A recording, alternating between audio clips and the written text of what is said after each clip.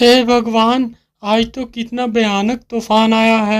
यदि इसी प्रकार बारिश होती रही तो मेरी तो सारी फसल नष्ट हो जाएगी। प्रकाश एक बहुत ही सच्चा और ईमानदार व्यक्ति था। वो अपने बूढ़े माता पिता के साथ इसी घर में रहता था। पूरी रात जोर जोर से बारिश और तूफान होता रहता है।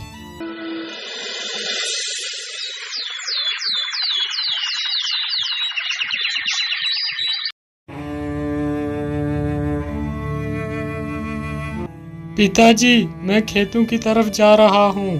अभी जल्दी ही लौट कर वापस आ जाऊंगा। इतना बोलकर प्रकाश वहां से खेतों की ओर निकल जाता है।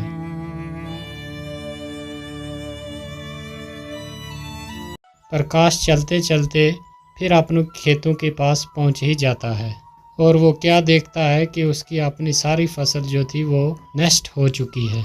हे भगवान, ये क्या हो गया? अब मैं क्या करूंगा? मेरी तो सारी फसल नष्ट हो चुकी है। अनाज कहाँ से लाऊंगा और अपने बूढ़े माता पिता को क्या खिलाऊंगा? बेचारा प्रकाश वहाँ पेड़ के नीचे बैठकर बहुत देर तक रोता रहता है। हे भगवान, मेरे परिवार का सहारा बस ये खेत ही था। आज वो भी नष्ट हो गया। अब मैं क्या करूंगा? अब तो यहाँ रहकर मैं अपने माता पिता का पेट नहीं भर पाऊंगा। मैं ऐसा करता हूँ, अपने बूढ़े माता पिता को साथ लेकर कहीं दूसरे गांव में चला जाता हूँ। इतना कहकर प्रकाश वहाँ से अपने घर की तरफ चल देता है।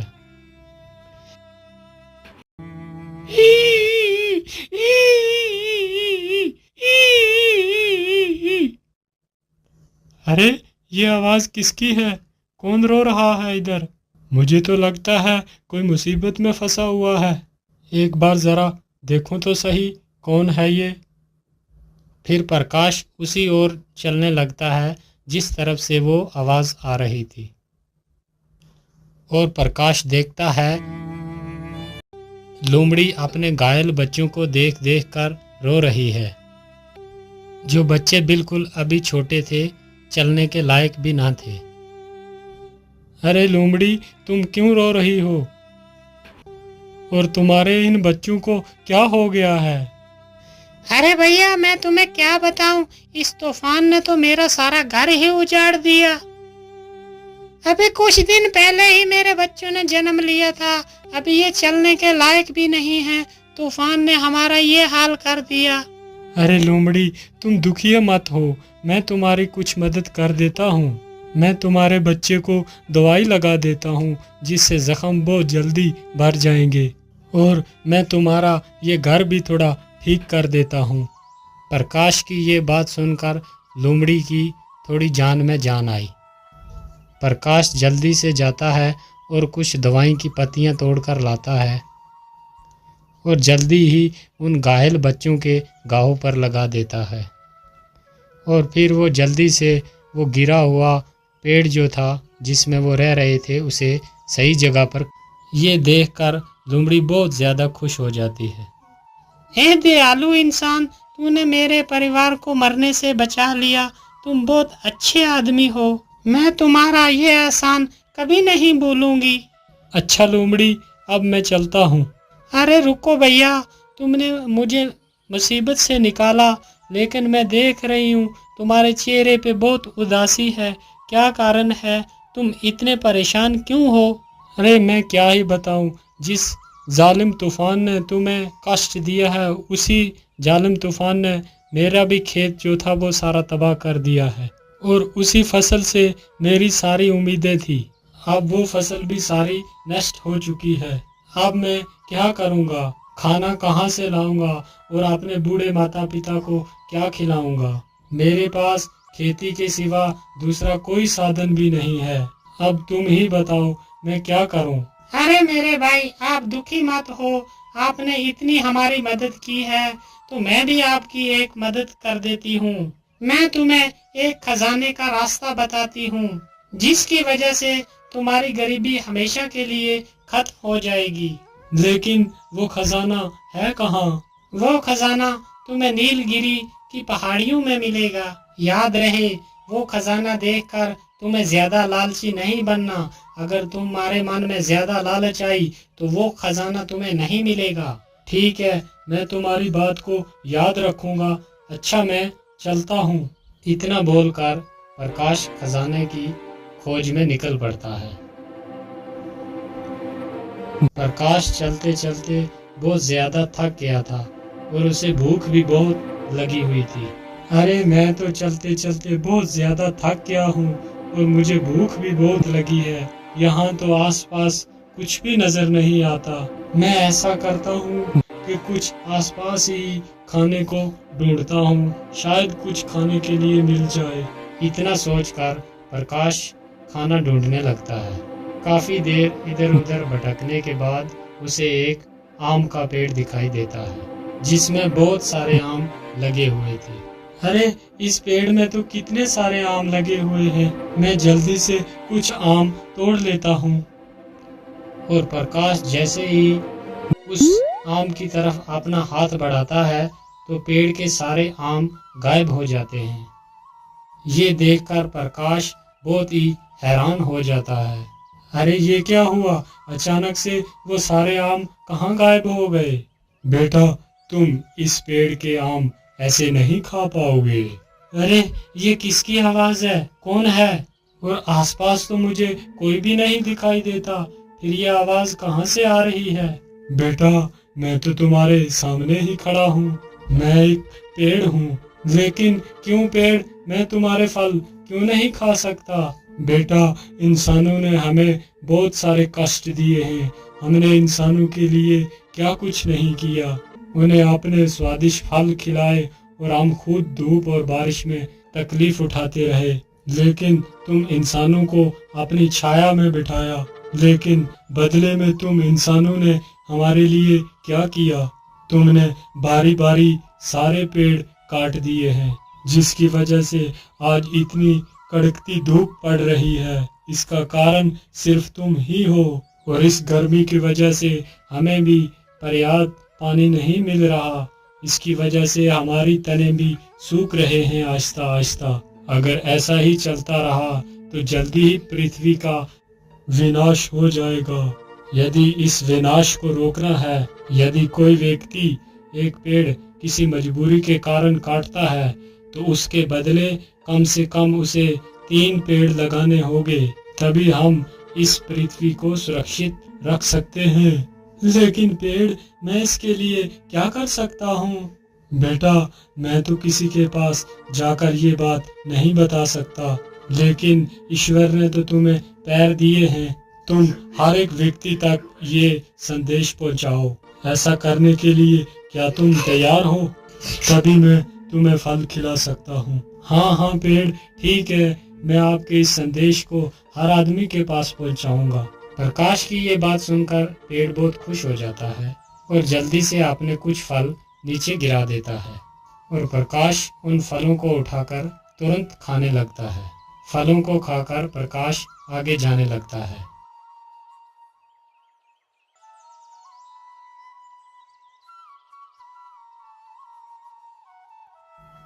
अरे बाप रे बाप, इतनी जोर की धूप पड़ रही है और इस धूप में चलना तो बहुत मुश्किल हो रहा है और मुझे बहुत सारी प्यास भी लगी है, लेकिन नदी तो पास में ही है। चलो थोड़ा सा पानी ही पी लेता हूँ। पानी पीकर जैसे तो सारी थकान दूर हो जाती है। अरे, पानी के भीतर ये क्या है जो इतना चमक रहा है? और प्रकाश अपना हाथ उस पानी में डालता है और जल्दी ही उस चमकते सिक्के को बाहर निकाल। अरे, ये तो सोना है, लेकिन इस नदी के भीतर ये सोना आया कहाँ से? वो नदी उसी नीलगिरी पहाड़ी से होकर गुजरती थी, जिसकी वजह से कभी कभी सोना उस नदी में बहकर आ जाता था। इसका मतलब ये नदी नीलगिरी पहाड़ी से होकर आती है। चलो जल्दी से मैं गुफा के पास जाता हूँ।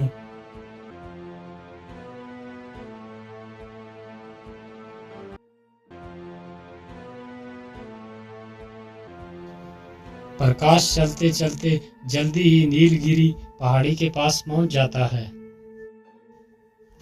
मैं इस गुफा के बीच तो आ गया, लेकिन खजाने का कुछ पता ही नहीं है कहाँ पर होगा। अरे ये क्या, एक पत्थर के नीचे से इतना सारा पानी कैसे आ रहा है? कहीं इस पत्थर के पीछे ही वो खजाना तो नहीं छुपा हुआ है। चलो इस पत्थर को ही हटा कर देखता हूँ। प्रकाश जैसे इस पत्थर को हाथ लगाता है, वो पत्थर अपने आप दूर खिसक जाता है।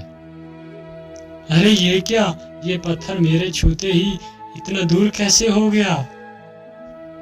और देखता है गुफा की हर तरफ सोना ही सोना पड़ा हुआ है। अरे बाप रे बाप, यहाँ पर इतना सारा खजाना पड़ा हुआ है। कहीं मैं कोई सपना तो नहीं देख रहा? क्या ये हकीकत है? अरे नहीं नहीं, ये कोई सपना नहीं है, ये हकीकत ही में ही सोना है। चलो मैं अपनी जरूरत के हिसाब से ही सोना ले लेता हूँ। और प्रकाश एक पोटली भरकर सोना ले लेता है। आहा, इतना सोना मेरे जीवन के लिए बहुत काफी है। इतना कहकर प्रकाश सोने की पोटली अपने सिर पर रखकर वहां से निकल पड़ता है। रुक जाओ, कौन हो तुम और इस पोटली में क्या लेकर जा रहे हो? क्या हुआ, तुम कुछ बोल क्यों नहीं रहा? इस पोटली के भीतर क्या छुपा के रखा है तुमने? अरे सरदार, ये ऐसे आदमी नहीं बताएगा। हम इसकी पोटली छीनकर खुद ही देख लेते हैं कि इसकी पोटली के भीतर क्या रखा है। हाँ जोरावर सिंह, तुम जल्दी से इसकी पोटली छीन कर ले आओ। बेचारा प्रकाश डर जाता है और उस पोटली को उस डाकू को दे देता है। अरे वाह, इसमें तो बहुत सारा सोना है। अरे युवक, तुम्हें ये सोना कहाँ से मिला? जल्दी से बताओ, वरना मारे जाओगे। भाई, ये सोना तो मुझे इसी गुफा से ही मिला है। वहाँ पर तो ढेर सारा सोना पड़ा है। मैंने अपनी जरूरत के हिसाब से थोड़ा ही सोना लिया है। क्या कहा? इतना सारा सोना? और जिस सोने को हम वर्षों से ढूंढ रहे हैं, और वो सोना तुम्हें मिल गया? हाँ भाई, वो सोना मुझे ही मिला है। और चल जल्दी जल्दी, और वो बता मुझे सोना कहाँ पर है, नहीं तो तुम्हें मारकर इसी गुफा में दफना देंगे। ठीक है भाई, अब मुझे कुछ मत करना, मैं आपको उसी गुफा के अंदर ले चलता हूँ। और जल्दी से जाकर उस बड़े पत्थर के पास रुक जाता है। क्या हुआ, तुम यहाँ पर क्यों रुक गए? यहाँ पर तो कोई सोना नजर नहीं आ रहा। अरे भाई, इस पत्थर के पीछे ही तो वो खजाना छुपा हुआ है।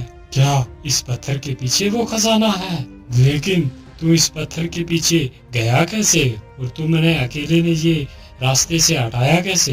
अरे दुष्ट, तू मुझे मूर्ख बना रहा है कि तूने अकेले ही नहीं ये इतना बड़ा पत्थर हटा लिया, जबकि हम सारे लोग मिलकर इस पत्थर को दिन भर नहीं हिला सके, और तूने इस पत्थर को अकेले ही हटा दिया। नहीं भाई, मैं झूठ नहीं बोल रहा, मैंने सचमुच अकेले ही इस पत्थर को हटाया था और इसके अंदर मैं गया था।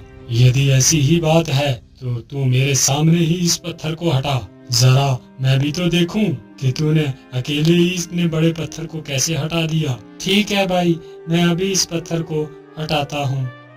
इतना कहकर प्रकाश जैसे ही उस पत्थर को छूता है, वो पत्थर अपने आप दूर खिसक जाता है। पत्थर दूर खिसकते ही गुफा का सारा खजाना साफ साफ दिखाई देता है। खजाना देखकर तीनों डाकू तो पागल ही हो जाते हैं। अरे वाह वाह वाह, इतना सारा खजाना है। आखिरकार ये सोना हमारे हाथ लग ही गया। अब तो हम ही इस सारे खजाने को उठाकर ले जाएंगे।